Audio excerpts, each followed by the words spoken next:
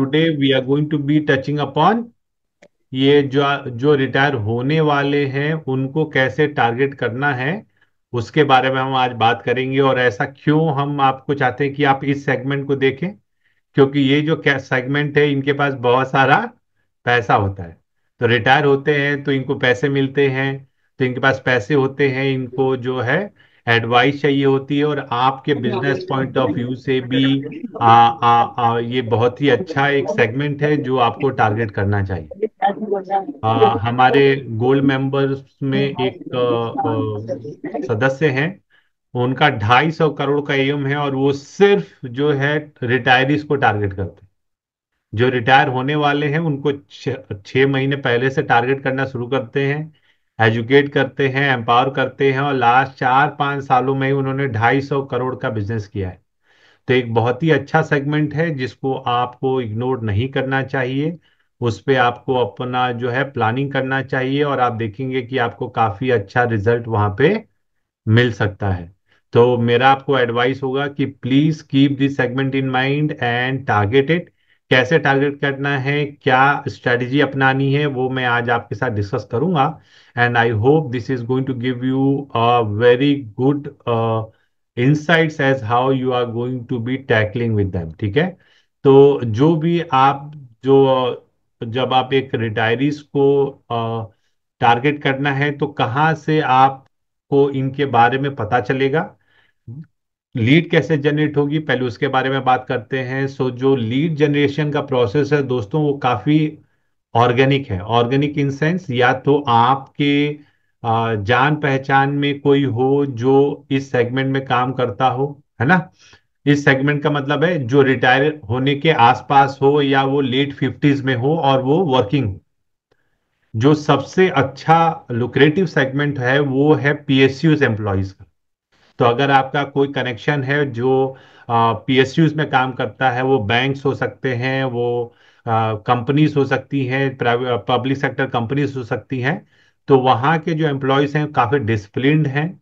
वहाँ के जो एम्प्लॉयज हैं वो काफ़ी what we say they have lot of corpus in their PFs and they get lot of benefits from the companies, है ना। तो जब वो रिटायर होते हैं तो उनको ग्रेचुटी मिलती है, उनको काफी पर्क्स मिलते हैं, तो वो सारा एकदम से मिलता है, और उसके वजह से उनके पास बहुत सारा पैसा इकट्ठा हो जाता है जब वो रिटायर होते हैं। तो अगर आप किसी तरीके से आप कोई कनेक्शन निकाल पाए पीएसयूज में, बैंक हो सकते हैं, पीएसयू कंपनीज हो सकती हैं आपके शहर में जो हो, तो वहां पे आपको कोई कनेक्शन निकाल के पता करना है भाई कि कौन कौन रिटायर हो रहा है, और उन सेगमेंट को आपको एजुकेट करना है, एम्पावर करना है, so that you are going to have a good understanding of them and you will be able to educate them and then convert them into business. तो पहले आप ये समझिए कि भाई ये जो रिटायरीज हैं ये कहाँ पे मिल सकते हैं। आपको अगर बल्क में रिटायरीज को लेना है तो आपको कोई बड़े कंपनियों को टारगेट करना पड़ेगा जहां पे 1000, 2000, 5000, 10,000 एम्प्लॉयज हो, ताकि आपको वहां से एक अच्छा मिल सके।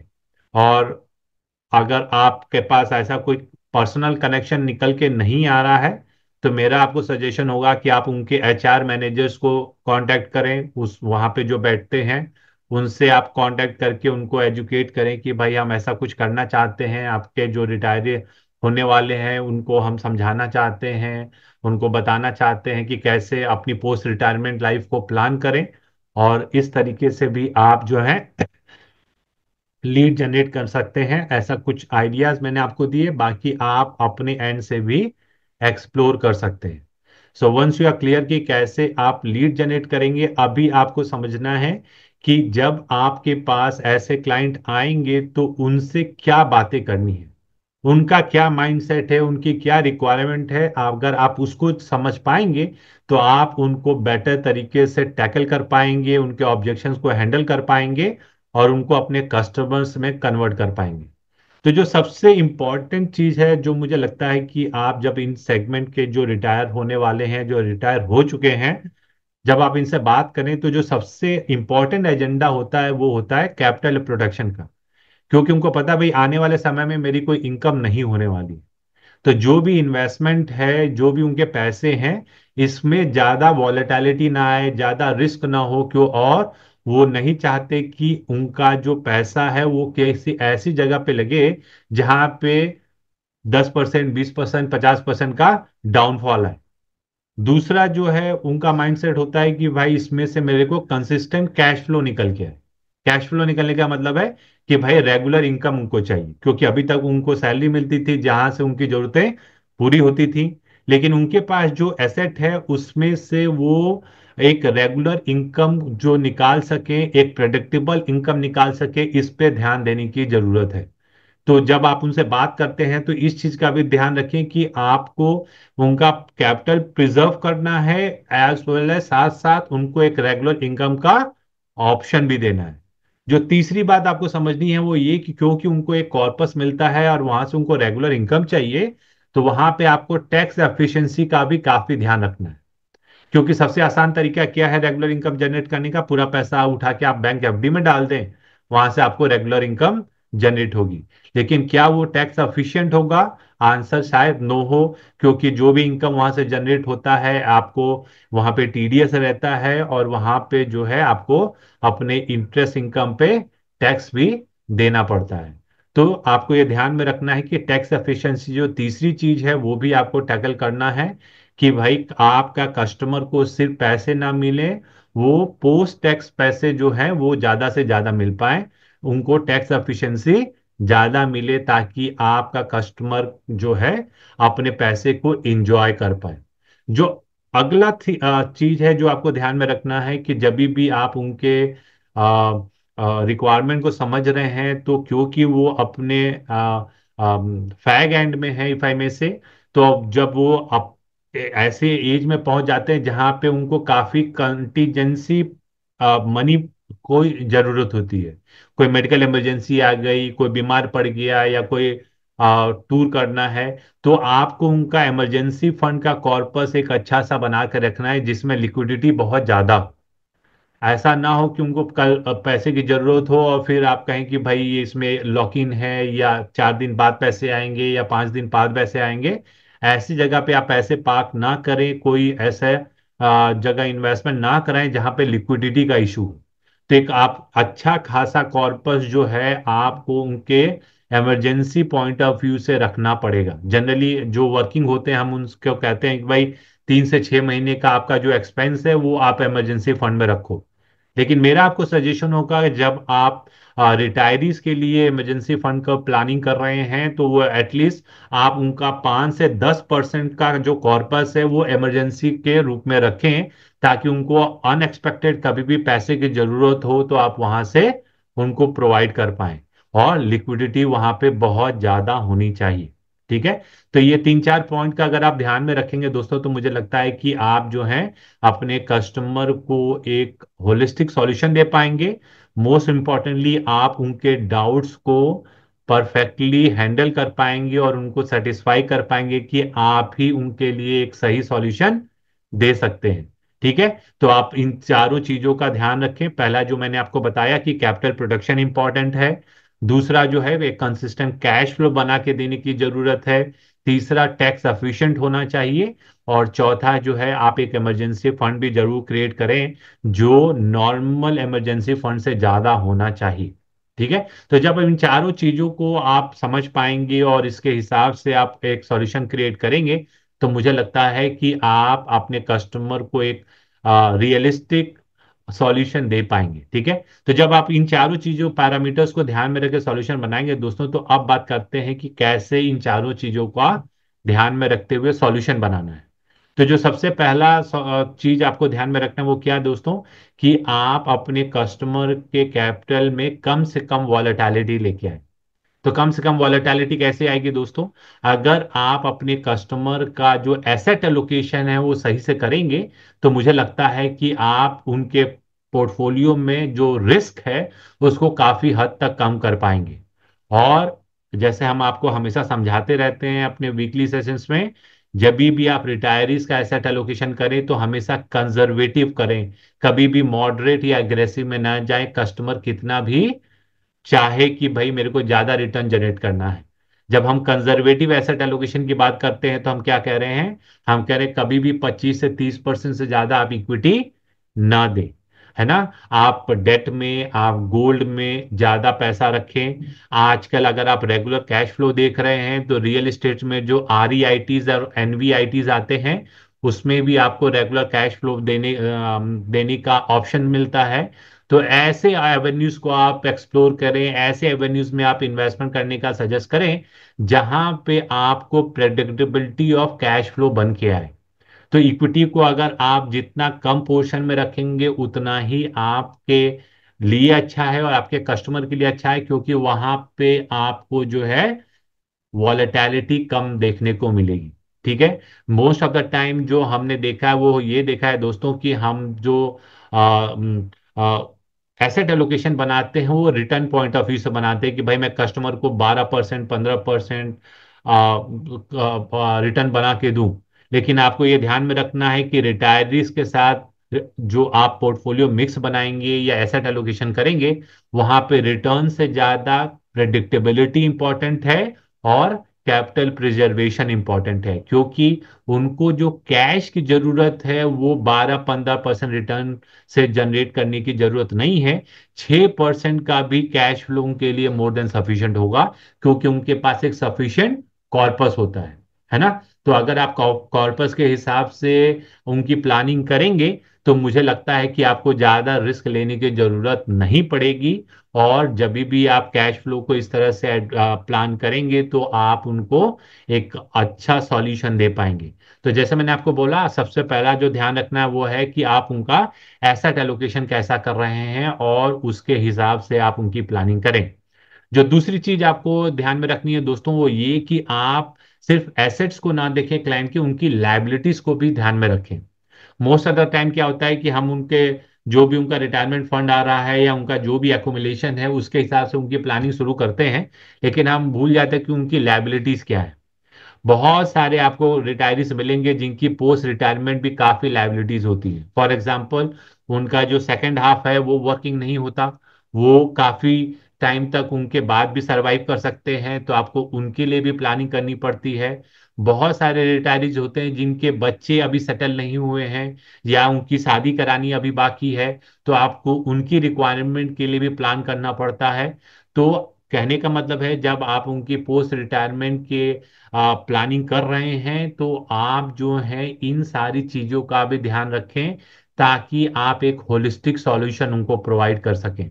Always keep in mind that their post retirement life is not only theirs, it is for their dependents as well. जो नॉन अर्निंग मेंबर्स हैं उनकी भी प्लानिंग करना बहुत ही जरूरी है, because that's how you are going to be seeing realistic solution being provided to your client. ठीक है। तो ये चीजों को आपको ध्यान में रखना है।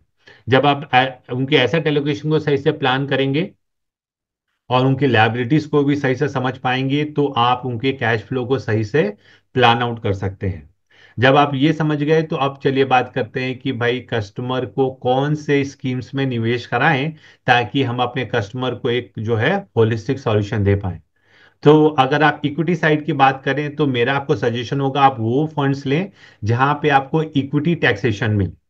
क्यों? तो वहां से आपको जो है एक अच्छा, क्या कह सकते हैं, आपको एक अच्छा टैक्स एफिशिएंट रिटर्न बन के मिलेगा। तो ऐसे फंड जहां पे इक्विटी का एक्सपोजर ज्यादा ना हो लेकिन इक्विटी का टैक्सेशन आपको मिले वो फंड्स आपको प्रेफर करना चाहिए। तो अगर आप लो टू हाई जाएं फ्रॉम रिस्क ग्रेड जहां पे आपको इक्विटी टैक्सेशन मिलेगा तो आप आर्बिट्रेज फंड से शुरू कर सकते हैं जहां पे आपको इक्विटी टैक्सेशन मिलेगा, लेकिन वहां पे आपको जो रिस्क है वो डेट फंड के आसपास मिलता है। तो डेट फंड का रिस्क है और इक्विटी फंड का टैक्सेशन है, तो आर्बिट्रेज फंड आप स्टार्ट कर सकते हैं। उससे ऊपर अगर आप मूव करेंगे म्यूचुअल फंड कैटेगरी में जहां पे आपको इक्विटी टैक्सेशन मिले और रिस्क कम मिले, तो आपको इक्विटी सेविंग्स कैटेगरी के फंड्स को देखना चाहिए जहां पे इक्विटी 25-30% प्लस आर्बिट्रेज का एक्सपोजर होता है। वहां पे आपको एफडी के इक्विवेलेंट रिटर्न मिलता है लेकिन आपको इक्विटी का टैक्सेशन मिलता है।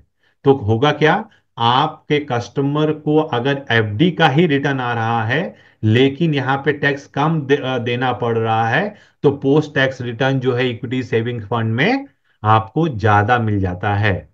Now moving to the next category जो थोड़ा और एग्रेसिव हो सकता है इक्विटी सेविंग फंड के ऊपर, वो है आपका balance advantage fund. Balance advantage fund में फंड मैनेजर आपका देखेंगे आप, तो वो जो एसेट मिक्स है उसको काफी हद तक रीबैलेंस कर सकता है इक्विटी में, डेट में। तो आप वो फंड्स को प्रिफर कर सकते हैं अगर आप जो है कस्टमर को कैश फ्लो प्रोवाइड करना चाहते हैं।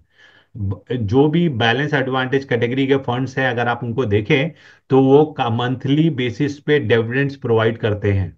तो कस्टमर को कैश फ्लो देने में आपको आसानी होगी और वहां पे आपको वॉलेटिलिटी भी कम मिलती है। तो आप बैलेंस एडवांटेज फंड्स को as an hybrid category treat treat करें। लेकिन आपको यह ध्यान में रखना है कि यहाँ पे आपका रिस्क काफी बढ़ जाता है, यहाँ पे कैपिटल का रिस्क भी बढ़ जाता है। तो balance advantage fund generally market में हमने देखा है कि वो आप as a regular cash flow का ऑल्टरनेटिव के रूप में लेते हैं। मेरा आपको सजेशन है बैफ में आप वही पैसा डालें जो आप इक्विटी में एलोकेट करना चाहते हैं रिटायरीज का। इक्विटी का मतलब ये नहीं है कि आप प्योर इक्विटी फंड में डालें। इक्विटी का मतलब है आप ऐसे फंड में डालें जहां पे वॉलेटिलिटी कम हो, रिस्क कम हो, लेकिन इक्विटी का टैक्सेशन मिले ताकि आप अपने कस्टमर को बेटर टैक्स एफिशिएंट रिटर्न दे पाए। तो बैलेंस एडवांटेज जो बैफ जो है बैलेंस एडवांटेज फंड का जो कैटेगरी है, वहां पे भी आप एलोकेशन कर सकते हैं जहां पे आप कस्टमर को इक्विटी एक्सपोजर दे सकते हैं। अगर आप चाहते हैं थोड़ा ज्यादा रिस्क लेना, तो मैं कभी भी प्योर इक्विटी फंड्स में कस्टमर का एक्सपोजर लेने का सजेशन नहीं दूंगा, क्योंकि रिटायरीज के कैपिटल में थोड़ा भी वॉलेटिलिटी शायद वो समझ ना पाए। अगर आप थोड़ा सा एग्रेसिव खेलना चाहते हैं तो एग्रेसिव हाइब्रिड फंड्स को भी देख सकते हैं, but it should not be more then 5 to 10% of the clients portfolio, because वहां पे आपको बहुत ही ज्यादा रिस्क लेने की जरूरत पड़ेगी from the retiree point of view. So you need to understand that you are going to be looking at this perspective from the retirees lens and not from the general audience lens. Generally हम hybrid को क्या देखते हैं दोस्तों, हम hybrid को as a treat करते हैं कि यहाँ पे रिस्क कम है, लेकिन आपको क्योंकि फंड मैनेजर इक्विटी डेट में चला जाता है। लेकिन अगर आप रिटायरी पॉइंट ऑफ व्यू से देखें तो इवन 5% वॉलेटिलिटी जो है आपके कस्टमर को काफी तकलीफ में ला सकती है ना। तो आप इस चीज का ध्यान रखें जब भी आप कस्ट एक रिटायरीज के लिए एसेट एलोकेशन कर रहे हैं और उनके इन्वेस्टमेंट की प्लानिंग कर रहे हैं। ठीक है। तो मैंने आपको कुछ कैटेगरीज बताई जहां पे आप जो है कस्टमर्स के इन्वेस्टमेंट को प्लान कर सकते हैं। एक आइडियल सिचुएशन क्या होगा दोस्तों, वो मैं आपको एक सिंपल तरीके से समझाने का प्रयास करता हूँ। Let me share my screen so that you will be able to, I hope everybody is able to see the screen. तो जैसे मैं कह रहा था, जब भी आप एक रिटायरी का एसेट एलोकेशन कर रहे हैं, तो जो मिक्स होना चाहिए आपका टोटल मिक्स है 100 रुपीज सपोज आपको डिवाइड करना है। आप जो है इक्विटी जो आप एलोकेशन दे रहे हैं, मेरा आपको सजेशन होगा 25 to 30% is going to be a good exposure. That too you can go for aggressive hybrid or you can go for balance advantage category funds, that is going to be more than sufficient। because इन दोनों category में अगर आप long term returns देखेंगे तो आपको 12, यहाँ 10 से 12 दिखेगा और यहाँ पे आपको 8 से 10 दिखेगा, है ना। तो this is going to be more than sufficient for those who are retiring to look into it. Please understand, हम क्लाइंट को जो कैश फ्लो जनरेट करके दे रहे हैं उनके एसेट में, मेरा आपको सजेशन होगा वो 6% से ज्यादा नहीं होना चाहिए, जैसे मैंने आपको बताया। इसका मतलब क्या है कि अगर मेरा portfolio 7-8 kind of return generate कर रहा है, I will be able to meet my client's requirement, है ना।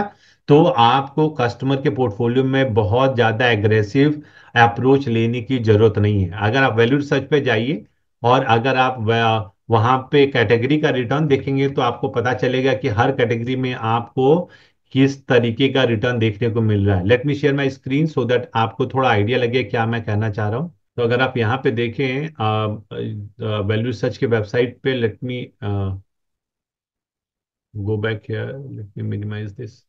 आप यहाँ पे नीचे आइए और यहाँ पे हाइब्रिड कैटेगरी में जब आप देखेंगे तो यहाँ पे देखिए ये जो है एग्रेसिव हाइब्रिड, लास्ट 10 साल का देखिए, एग्रेसिव हाइब्रिड में आपको 12% का रिटर्न मिला है।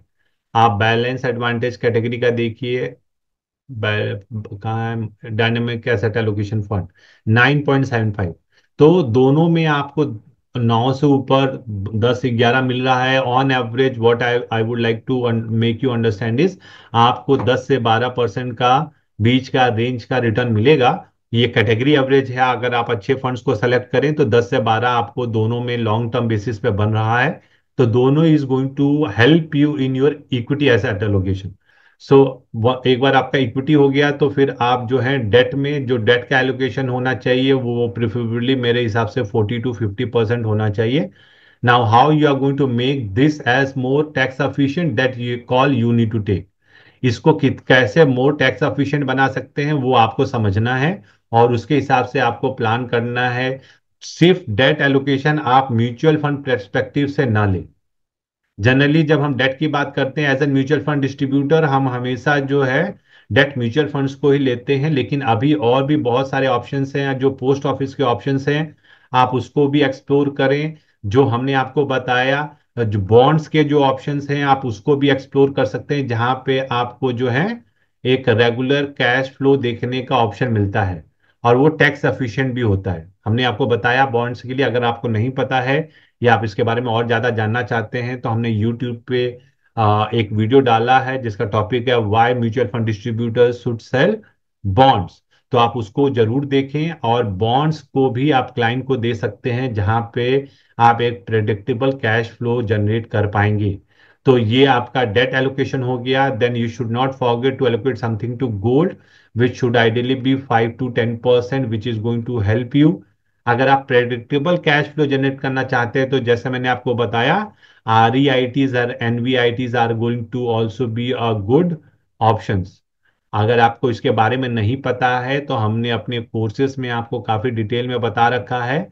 इसको भी as an mutual fund distributor आपको देखना चाहिए, जहां पे डिविडेंड्स जो हैं काफी रेगुलर फ्रीक्वेंसी में डिलीवर होते हैं।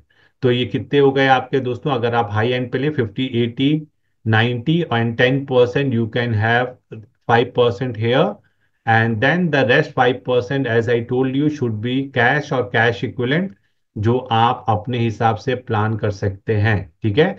सो this is going to be another 5%, and then you are going to making it 100%।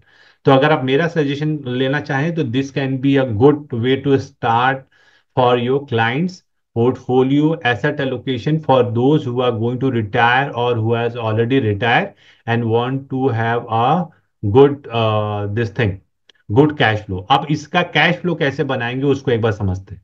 अभी देखिए, ये हमने अपने क्लाइंट का एसेट एलोकेशन कर दिया। जब एसेट एलोकेशन हो गया तो अब इनसे कैश फ्लो कैसे जनरेट करना है उसके बारे में बात करते हैं, क्योंकि क्लाइंट को मंथली कैश फ्लो की जरूरत होती है। तो कैश फ्लो कैसे जनरेट होगा उसके बारे में बात करते हैं। Once you have allocated, how you are going to create a cash flow, उसके बारे में बात करते हैं। So to create a cash flow, you need to first understand that, as I told you, the premise should be आप total value का 6% से ज्यादा आप पे आउट ना लें। This means what? Suppose you have 1 lakh rupees, suppose you have 1 lakh rupees, monthly pay out should not be more than 500 rupees. मतलब पर लाख 500 रुपए हर महीने। तो इसका मतलब क्या हो गया, 500 × 12 is going to be 6,000 rupees, which is going to be 6% of 1 lakh। तो ये आपको सिंपल फॉर्मूला समझ लेना है कि भैया जब भी मैं क्लाइंट को मंथली पे आउट दूंगा, मंथली प्रॉमिस कुछ करूंगा, तो वो कभी भी 500 रुपए पर लाख से कैलकुलेट करके बताऊंगा कि साहब इतना महीने का आपको मिलेगा। ठीक है। So this is going to be something which you should be always looking at. तो आपको ये कैलकुलेशन ध्यान में रखना है। नाउ कौन से स्कीम से ये पैसे निकालने हैं, जैसे मैंने आपको बताया कि अगर आप कस्टमर का एलोकेशन कर रहे हैं तो मैं कभी भी नहीं कह रहा हूं कि आप पूरा पैसा म्यूचुअल फंड में डालें। Never put everything into like equity mutual fund specially, और hybrid mutual fund. What I would like you to do, first fill the corpus in those schemes, those avenues where you are going to be 100% sure और mostly sure कि भाई आपको वहां से cash flow generate होगा, जैसे post office. But post office has a limit. Yes. So post office में आप देखेंगे 16 lakhs का लिमिट है, beyond that you cannot put in senior citizen scheme, है ना। तो 16 lakhs is the maximum which you can put in a post office scheme and get a quarterly interest, है ना। तो वहां पे आप पैसे लगाएं। उसके बाद जो पैसे बच रहे हैं, शायद ये लिमिट अभी और बढ़ गई है, तो उसके बाद जो आपके पैसे हैं that you can move into mutual funds. You need to tell your client, sir I can give you more cash flow, but that is going to accompanied with risk, और वो आप नहीं चाहते। You can say I am going to give you 6% cash flow, लेकिन इसके साथ साथ emergency के लिए आपके कॉर्पस में पैसे इकट्ठे भी होंगे। हमने आपको दिखाया ना, बैलेंस बैफ कैटेगरी में आपको एवरेज क्या रिटर्न आ रहा था 10 साल का, 9.75, है ना। लेकिन हम कस्टमर को कितना निकाल के दे रहे हैं, 6% दे रहे हैं। तो बाकी का 3.25% पैसा बच रहा है ना हर साल, वो उसके अकाउंट में ऐड होते जा रहा है। तो आपको क्लाइंट को क्या कहना है, सर मेरा मैं चाहूं तो आपको 8% से ज्यादा भी दे सकता हूं, लेकिन अभी हम वो सिचुएशन में नहीं जाएंगे। हम जो है आपको 6% से आपके बैंक अकाउंट में पैसे ट्रांसफर करेंगे, और बाकी का पैसा जो है वो अकाउंट में इकट्ठा होता रहेगा। इमरजेंसी में या आपको किसी चीज की जरूरत पड़ेगी तो ये पैसा मैं आपको निकाल के दे सकता हूं। So what we need to understand is, on to be on the safer side, always have this 6% rule in mind. ये 6% का जो रूल है वो हमेशा अपने दिमाग में रखना है और उसके अकॉर्डिंगली प्लान करना है। Everybody is clear. तो 6% के हिसाब से आप प्लान करेंगे, जिस भी स्कीम में डालें। जैसे मैंने आपको बताया, आप इक्विटी सेविंग्स फंड ले सकते हैं, आप जो है बैलेंस एडवांटेज फंड ले सकते हैं, और अगर आप ज्यादा एग्रेसिव जाना चाहते हैं तो एग्रेसिव हाइब्रिड फंड्स ले सकते हैं। ये तीन कैटेगरी से जो है आप जो है सॉरी SWP लगा सकते हैं, सिस्टमैटिक विड्रॉल प्लान। SWP आप जब लगाएंगे तो आप पर लाख 500 रुपीज के हिसाब से लगा सकते हैं। नाउ अधिकतर जो मैंने देखा है, जो हमारी गलती क्या होती है, हम सोचते हैं जो भी कस्टमर को जा रहा है वो प्रॉफिट है। म्यूचुअल फंड में ऐसा नहीं होता है दोस्तों। इसका मतलब क्या है, जो मैं आपको समझाना चाह रहा हूं वो ये है कि आप ये समझिए कि जब आप अपने कस्टमर को पर लाख जो है, आप सपोज आप पर लाख 500 रुपीज दे रहे हैं। ये 500 रुपीज क्या है दोस्तों, जब पर लाख 500 रुपीज दे रहे हैं तो ये 500 रुपीज कस्टमर के बैंक अकाउंट में कैसे जा रहा है, ये SW रिडम्पशन है। क्या है, रिडम्पशन। ये रिडम्पशन है। ये प्रॉफिट ट्रांसफर नहीं है, ये इंटरेस्ट नहीं है। बैंक के एफडी से या सीनियर सिटीजन स्कीम से जो पैसा ट्रांसफर होता है वो क्या है, वो सिर्फ इंटरेस्ट है। लेकिन ये रिडम्पशन है। रिडम्पशन का मतलब क्या है, ये पूरा प्रॉफिट नहीं है। इसमें आपका कैपिटल भी है और इसमें आपका प्रॉफिट भी है, या जिसको हम कैपिटल गेन्स बोलते हैं। तो स्टार्टिंग के सालों में क्या होगा, आपका अज्यूम आपका 450 रुपए कैपिटल है, 50 रुपए जो है प्रॉफिट है। जैसे जैसे स्कीम का रिटर्न बढ़ेगा, टाइम बढ़ेगा, आपका कैपिटल कम होते जाएगा और इंटरेस्ट बढ़ते जाएगा, मतलब गेन्स बढ़ते जाएंगे। कभी भी आपका पूरा 500 रुपए जो है वो प्रॉफिट या कैपिटल गेन्स नहीं होगा। इसका मतलब क्या है कि अगर आप अपने कस्टमर को, लेट्स अज्यूम आपका कस्टमर जो है 50 लाख रुपए इन्वेस्ट कर रहा है और आप उस पे एसटीपी लगा रहे हैं, तो कस्टमर को हर महीने कितने आएंगे दोस्तों 50 लाख रुपए पे, 25,000 रुपीज पर मंथ उसको आएगा। 25,000 इंटू 12 कितना हो गया, 6 lakh rupees. 6 lakhs when your client is going to get in his bank account, this all 6 lakhs is not capital gains। ये पूरे 6 लाख रुपए कैपिटल गेन्स नहीं है।